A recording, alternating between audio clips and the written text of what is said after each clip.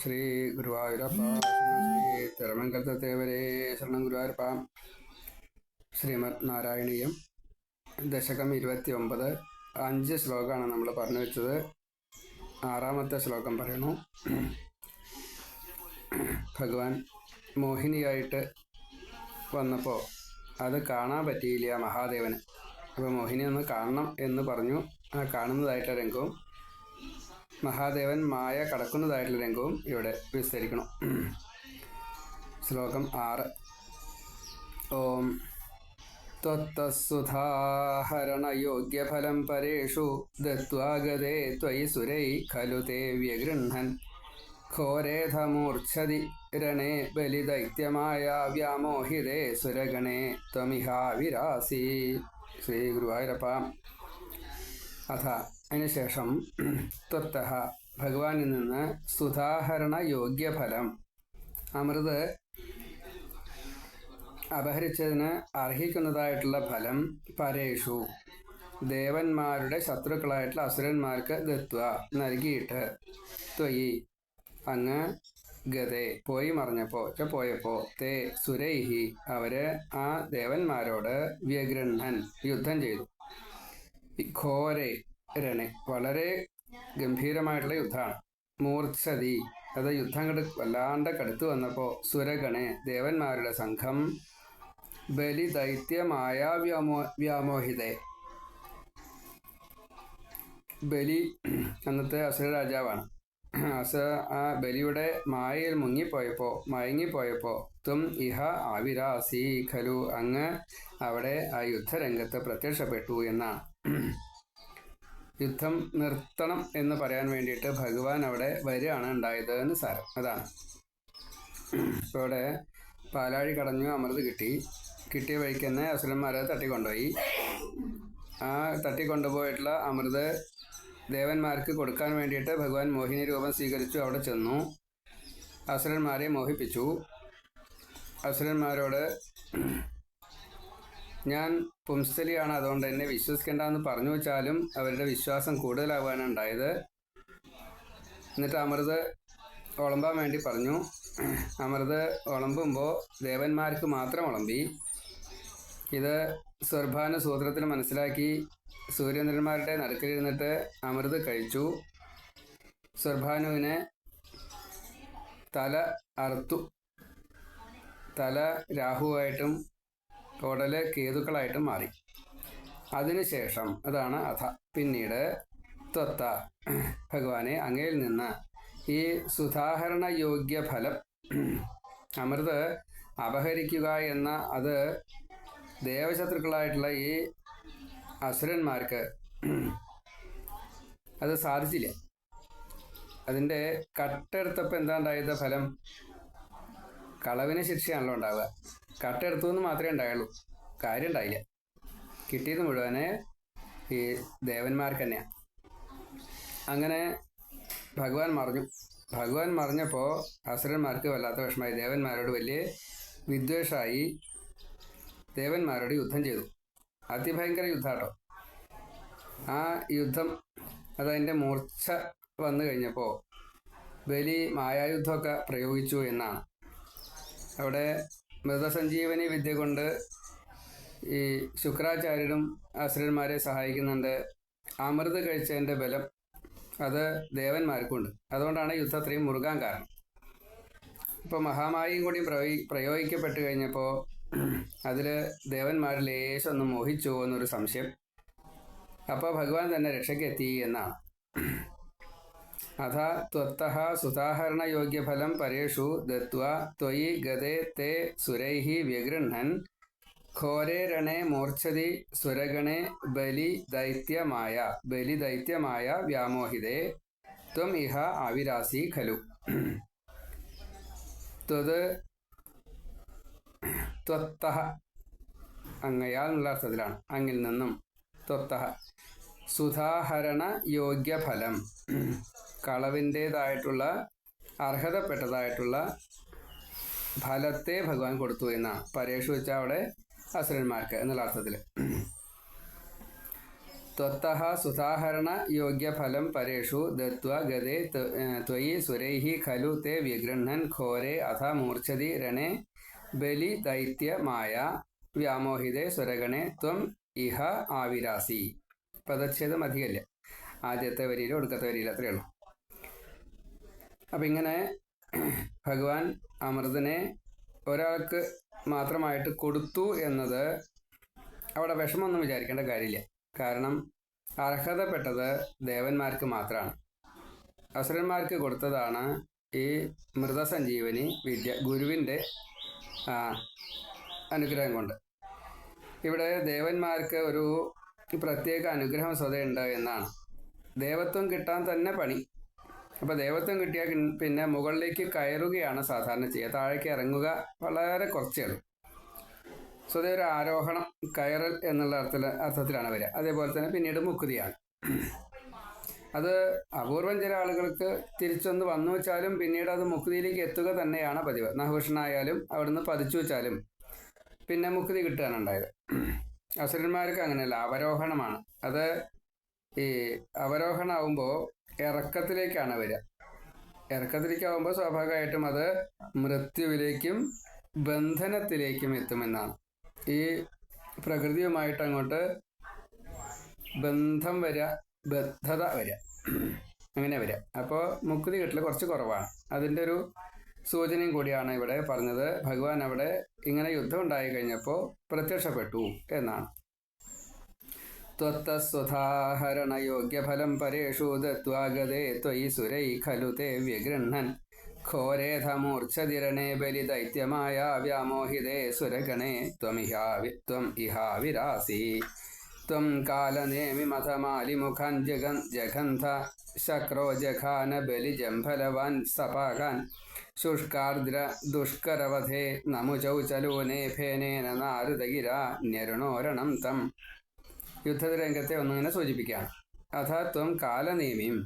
അതിനുശേഷം ഭഗവാൻ ഈ കാലനേമി കംസന്റെ പൂർവ്വജന്മാണ്. മാലി തൊട്ടിട്ടുള്ള പ്രമുഖന്മാര്, അസുരന്മാരുടെ കുറേ പേരുകൾ പറയുന്നുണ്ട്. കാലനേമി, മാലി തൊട്ടുള്ള കേവന്മാര്, ജഗന്ധ, അവരെ എല്ലാവരെയും കൊന്നു. ശക്രഹ ഇന്ദ്രൻ, സപാകാൻ പാകനോട് കൂടിയ ബലി ജംഭവലാൻ, ബലി ജംഭൻ വലൻ, 3 പേരാണ്. ബലി ജംഭൻ വലൻ. അപ്പോൾ പാകൻ, ബലി ജംഭൻ വലൻ ഇവരെയൊക്കെ ഇന്ദ്രൻ വധിച്ചു എന്നാണ്. ജഖാന വധിച്ചു. ശുഷ്ക ആർദ്ര ദുഷ്കര വധേ. ശുഷ്കം എന്ന് പറഞ്ഞാൽ ഉണങ്ങിയത്, ആർദ്രം എന്ന് പറഞ്ഞാൽ നനഞ്ഞത്. അതുകൊണ്ട് രണ്ടുകൊണ്ടും, നനഞ്ഞതുകൊണ്ടോ ഉണങ്ങിയതുകൊണ്ടോ കൊല്ലാൻ പറ്റില്ല. അങ്ങനെ വിഷമമുള്ളതായിട്ടുള്ള ദുഷ്കരവധേ, കൊല്ലാൻ പറ്റാത്തതായിട്ടുള്ള നമുചി എന്ന അസുരനെ ഫേനേന, കടലിലെ നുരപത അത് എടുത്തിട്ട്, ഫേന എന്ന് പറഞ്ഞു കഴിഞ്ഞാൽ പതയാണ്. അപ്പോൾ ആ പത എടുത്തുകൊണ്ട് ലൂനേച്ച കൊല്ലപ്പെട്ട് കഴിഞ്ഞപ്പോൾ നാരദഗിര, നാരദന്റെ വാക്കുകൊണ്ട് ത്വം രണം ന്യരുണഃ, ഭഗവാൻ യുദ്ധത്തെ നിർത്തിച്ചു.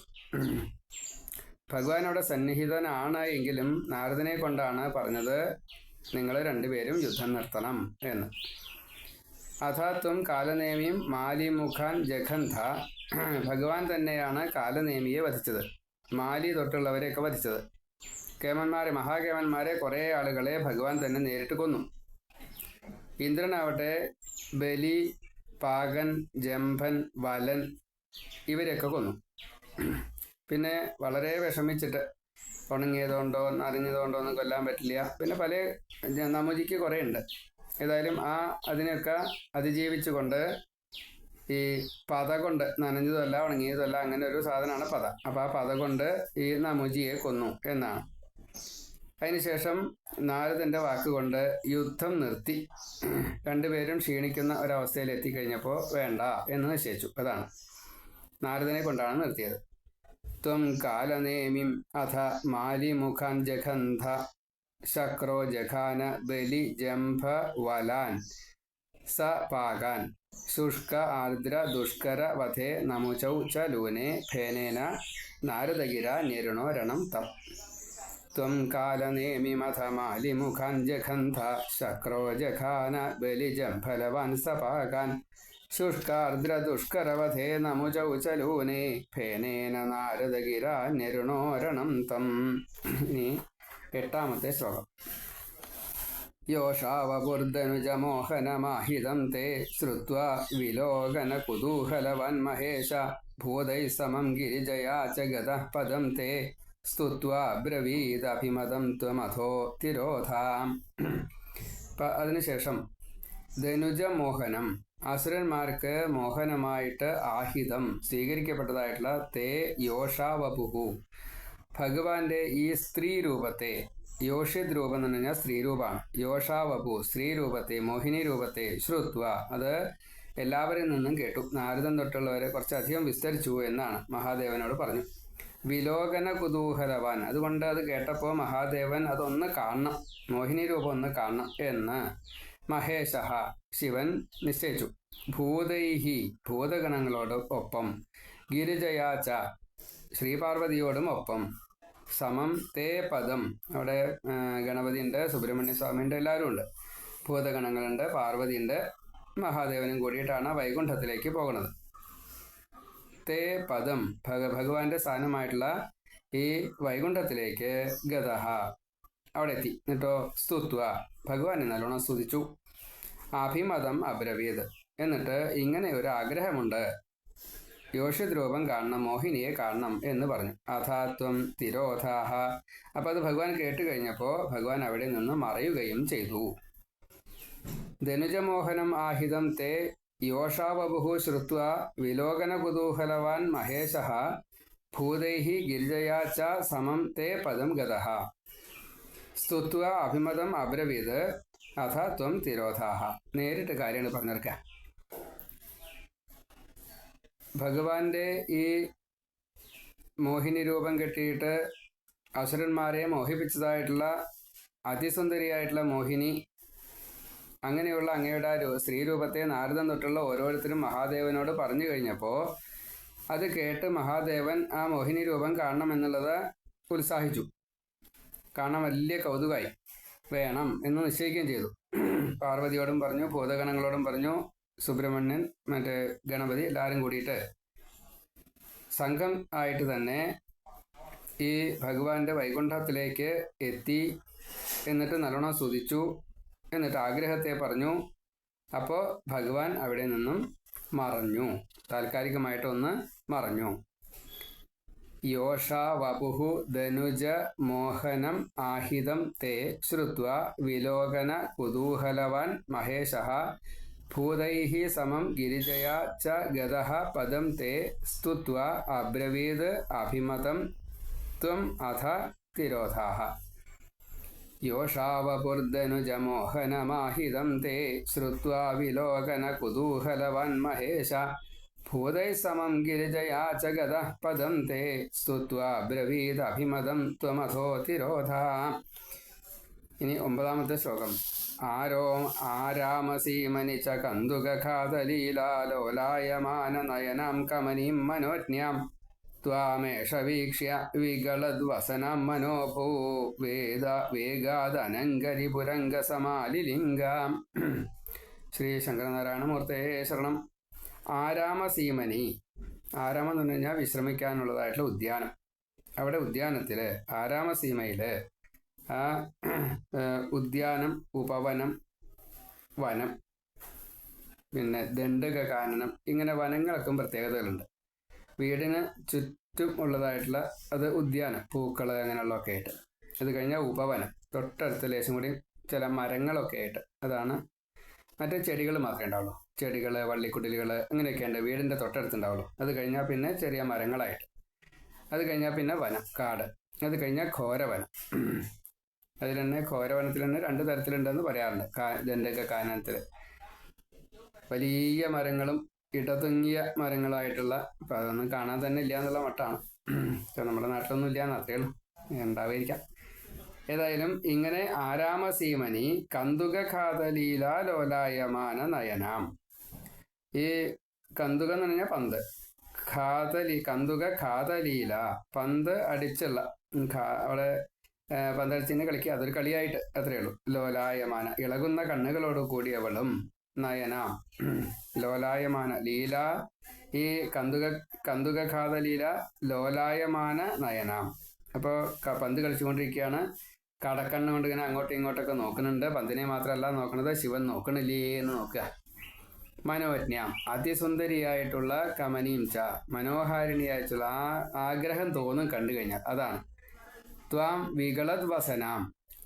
അങ്ങയെ കണ്ടു കഴിഞ്ഞപ്പോൾ അവിടെ ഭഗവാൻ മോഹിനിയുടെ രൂപത്തിലാണല്ലോ, സ്ത്രീ രൂപത്തിലാണല്ലോ, തരുണിയാണല്ലോ, അപ്പോൾ യുവതിയാണ്. അപ്പോൾ ആ സമയത്ത് വികളത് വസനാം, വസ്ത്രം ലേശം കിഴിഞ്ഞു പോയിന്ന ഒരു അഴിഞ്ഞ വസ്ത്രത്തോടു കൂടിയവളായിട്ട് വീക്ഷ്യ കണ്ടപ്പോൾ അനങ്കരിപു കാമശത്രുവായിട്ടുള്ള, അതായത് കാമദേവനെ ശ്രീപാർവതിയുടെ വിവാഹം നടക്കാൻ വേണ്ടിയിട്ട് ദേവന്മാരെല്ലാവരും കൂടി പറഞ്ഞയച്ചപ്പോൾ ശ്രീപാർവതി തപസ് ചെയ്തിട്ട് ഒരു ഘട്ടം എത്തിക്കഴിഞ്ഞപ്പോൾ മഹാദേവനെ ഈ അഞ്ചമ്പ് കൊണ്ട് ഒന്ന് പ്രയോഗിച്ചു. അത് മഹാദേവന് ഇഷ്ടമായില്ല. കരിമ്പാകുന്ന വില്ലിൽ ഈ നീലോൽപ്പലം, ചൂതം, താമര, വെള്ളത്താമര, അതേപോലെ പിച്ചകം, മുല്ല, ഇങ്ങനെയൊക്കെയുള്ള പൂക്കളെ കൊണ്ട്, അത് 5 പൂക്കൾ എന്നാണ് പറയുക, മാതകം ഭാവം ഉണ്ടാവുന്നതാണ്. അപ്പം അങ്ങനെയുള്ള ആ കാമശത്രുവായിട്ടുള്ള ഈ മഹാദേവൻ ആ സമയത്ത് വൈരാഗിയാണ്. അപ്പോൾ ഇത് ചെയ്ത് ഒട്ടും ഇഷ്ടമായില്ല. അപ്പോൾ കാമദേവനെ തൻ്റെ 3ാമത്തെ നേത്രം ഒന്ന് തുറന്ന് ആ നേത്രാഗ്നിയിൽ ദഹിപ്പിച്ചു. അപ്പോൾ അനങ്കനായിട്ടാണ് പിന്നീട് കാമദേവൻ അറിയപ്പെട്ടത്. രതിക്ക് പിന്നെ ഭർത്താവിനെ കിട്ടൽ ശരീരമില്ലാതെ കണ്ടേ കിട്ടിയുള്ളൂ. പിന്നെ പ്രദ്യുമ്നനായിട്ട് വന്നപ്പോഴാണ്, രുക്മിണി കൃഷ്ണൻ്റെ മകനായിട്ട് വന്നപ്പോഴാണ് ശരീരം കിട്ടിയത്. അപ്പം അങ്ങനെയുള്ള ഈ കാമദേവനെ ശത്രുവായിട്ട് കണ്ട ഭാവം മഹാദേവന്. അപ്പം അതുകൊണ്ട് അനങ്കരിപു, അനങ്കനായിട്ടുള്ള കാമദേവന്റെ ശത്രുവായിട്ടുള്ള മഹാദേവൻ, ആ അനങ്കരിപു ഏഷഹ മനോഭൂവേഗാത്, ഈ ശിവൻ കാമ ആവേശം കൊണ്ട്, മനോഭൂവേഗാത് മനസ്സിൻ്റെ എത്രത്തോളം എന്ന് പറയാൻ നിർത്തില്ല, അത്രത്തോളം വേഗം കൊണ്ട് എന്ത് ചെയ്തു? അംഗ അല്ലയോ ശ്രേഷ്ഠനായിട്ടുള്ള ഭഗവാനെ, സമാലിലിംഗ അങ്ങയെ ആശ്ലേഷിച്ചു. ശ്രീകൃഷ്ണനോട് പറയാ. അപ്പോൾ ശ്രീകൃഷ്ണനും ഈ ശിവനും കൂടിയിട്ട് ആലിംഗനം ചെയ്തു, അല്ലെങ്കിൽ വിഷ്ണുവും ശിവനും കൂടിയിട്ട് ആലിംഗനം ചെയ്തു. ശങ്കരകൃഷ്ണന്മാർ അതല്ലെങ്കിൽ ശങ്കര വിഷ്ണുമാര്, ശങ്കര മോഹിനി, അതിലാണ് അയ്യപ്പനൊക്കെ ഉണ്ടായത്. അപ്പോൾ ഈ ആലിംഗനം ശങ്കരനാരായണൻ എന്ന പേരിൽ പ്രസിദ്ധമായി. ആ രംഗാണ് ഇവിടെ വർണ്ണിച്ചത്. ആരാമസീമനി ച കന്തുകഘാതലീലാലോലായമാന നയനാം കമനീം മനോജ്ഞാം ത്വാം ഏഷ വീക്ഷ്യ വികളത് വസനാം മനോഭൂ വേഗാത് അനങ്കരിപുഹു അംഗ സമാലിലിംഗ. അവിടെ അംഗൻ എന്നത് മഹാവിഷ്ണുവാണ് എന്ന് സാരം. ആരാമസീമനി കന്തുകഘാതലീല ലോലായമാന നയനാം മനോജ്ഞാം കമനീം ച ത്വാം വികളത് വസനാം വീക്ഷ്യ അനങ്കരിപുഹു ഏഷഃ മനോഭൂ വേഗാത് അംഗ സമാലിലിംഗ. ഇങ്ങനെ അന്വയം.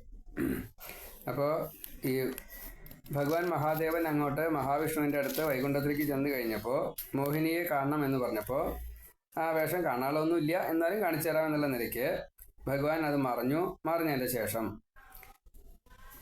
ശിവൻ ഇങ്ങനെ നോക്കിയിരിക്കുകയാണ്. അപ്പോഴാണ് പുറത്തേക്ക് ഇറങ്ങിയത്. പുറത്തേക്ക് ഇറങ്ങിയപ്പോൾ ആ ഉദ്യാനത്തിൽ ഈ പന്തടിച്ച് കളിക്കുന്നതായിട്ടുള്ള, അങ്ങനെ അങ്ങോട്ടും ഇങ്ങോട്ടും നോക്കുന്നതായിട്ടുള്ള അതിസുന്ദരിയായിട്ടുള്ള മനോഹരിയായിട്ടുള്ള, മാത്രമല്ല വസ്ത്രം അങ്ങനെ കുറേശ്ശെ അഴിഞ്ഞു പോകുന്നതായിട്ടുള്ള ഒരു സുന്ദരിയെ കണ്ടു. അപ്പോൾ കാമത്തിന് അടിമപ്പെട്ടു.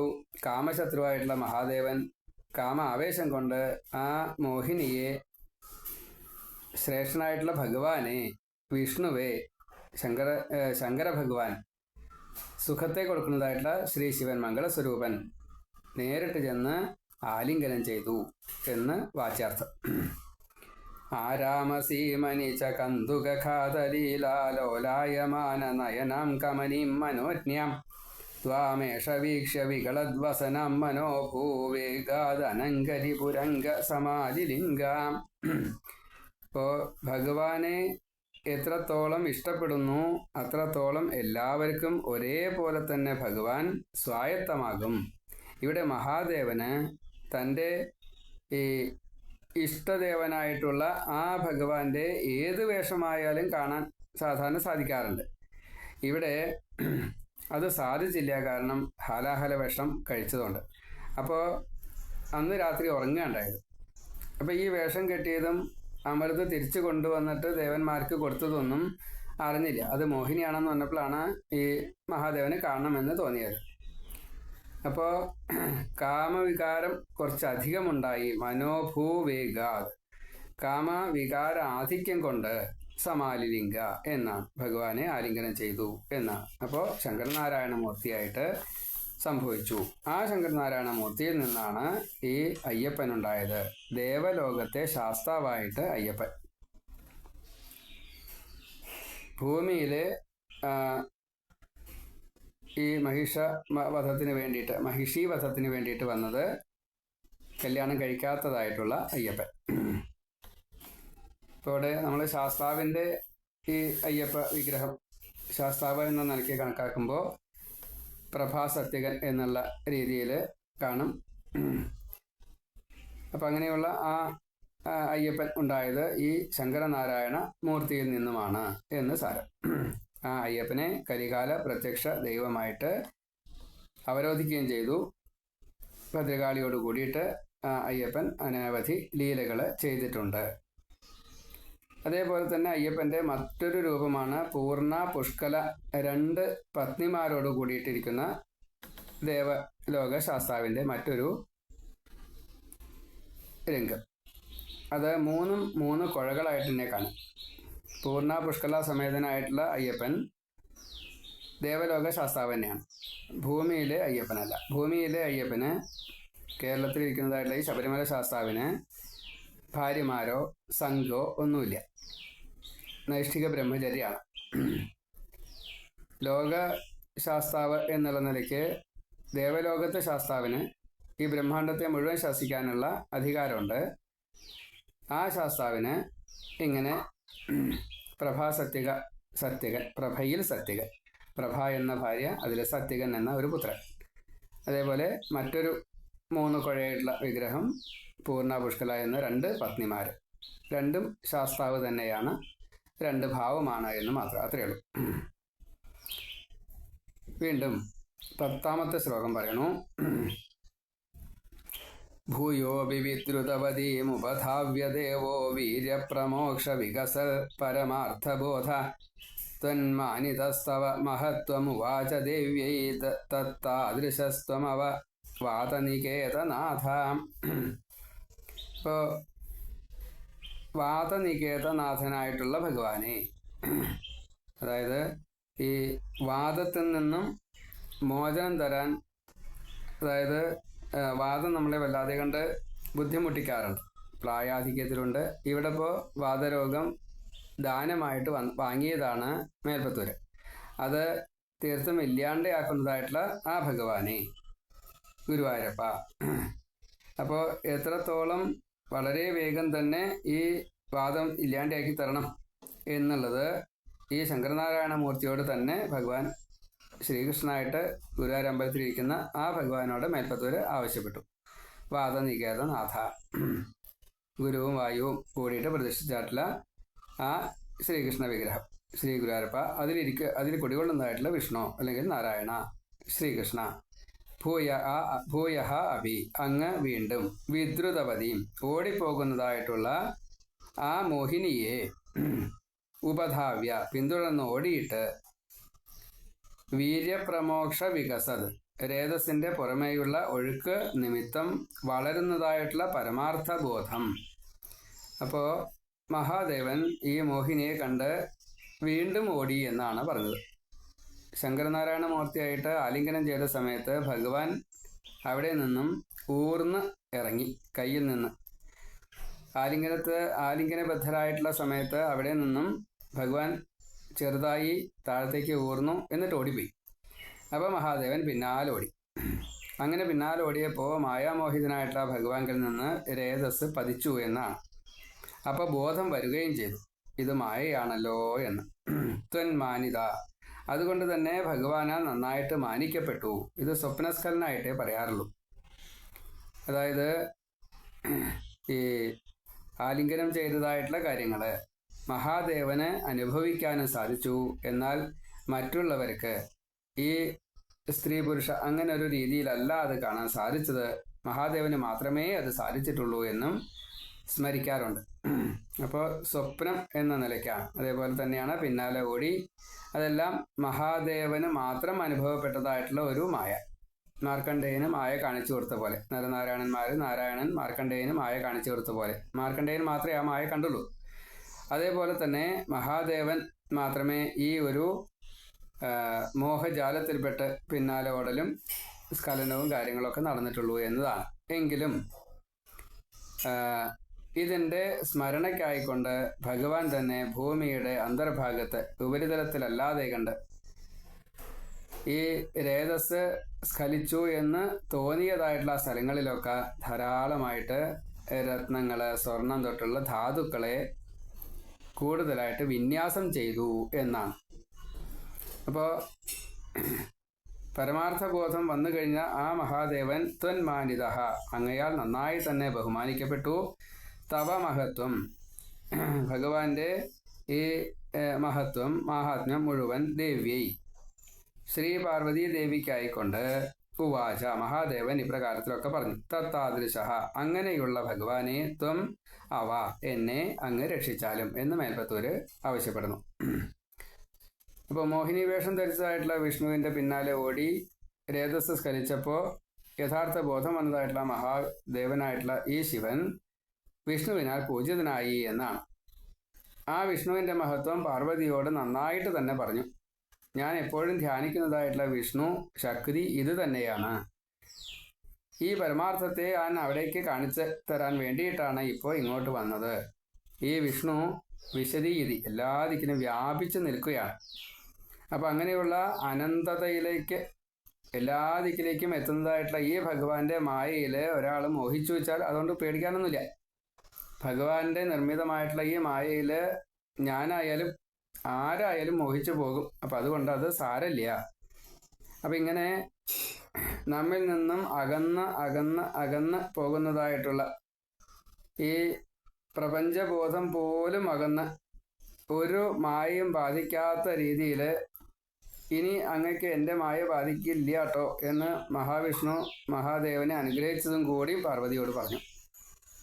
ഇത് കാണാനും അനുഭവിക്കാനുമാണ് ഞാനിവിടേക്ക് വന്നത്.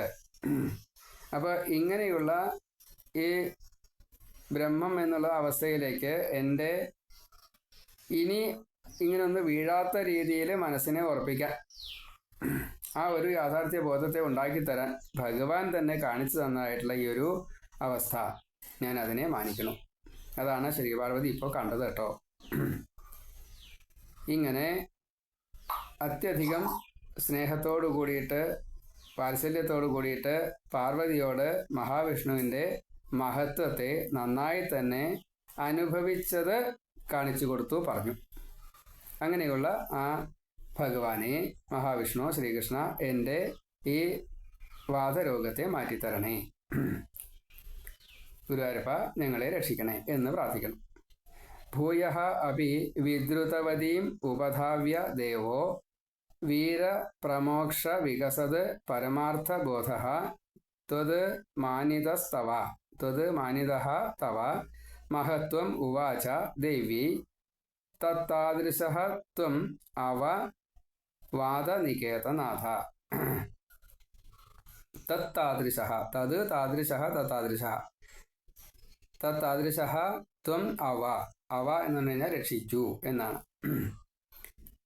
വാദനികേതനാഥ ഭൂയഃ അപി വിദ്രുതവതീം ഉപധാവ്യ വീര്യപ്രമോക്ഷ വികസത് പരമാർത്ഥബോധം ത്വന്മാനിതഃ തവ മഹത്വം ദേവി ഉവാച തത്താദൃശഃ ത്വം അവ വാദനികേതനാഥ എന്ന് മേൽപ്പത്തൂര് പ്രാർത്ഥിച്ചു. ഇത് അന്വയം. 10ാമത്തെ ശ്ലോകമാണ്.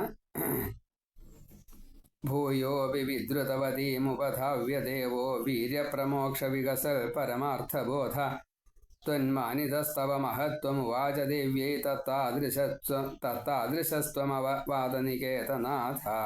നാരായണ അഖില ഗുരു ഭഗവൻ നമസ്തേ സർവത്ര. ഗോവിന്ദ നാമ സങ്കീർത്തനം. ഗോവിന്ദ ഗോവിന്ദ. ഇപ്പോൾ 29ാമത്തെ ദശകം സമാപിച്ചു. ഇനി 30 31 2 ദശകങ്ങളിലായിട്ട് വാമനാവതാര വർണ്ണം ബലിയെ അനുഗ്രഹിക്കുന്ന രംഗം വിസ്തരിക്കണം. അത് നമുക്ക് നാളെ തൊട്ടിട്ട് തുടങ്ങാം. സർവത്ര ഗോവിന്ദ നാമ സങ്കീർത്തനം. ഗോവിന്ദ ഗോവിന്ദ. നാരായണ നാരായണ.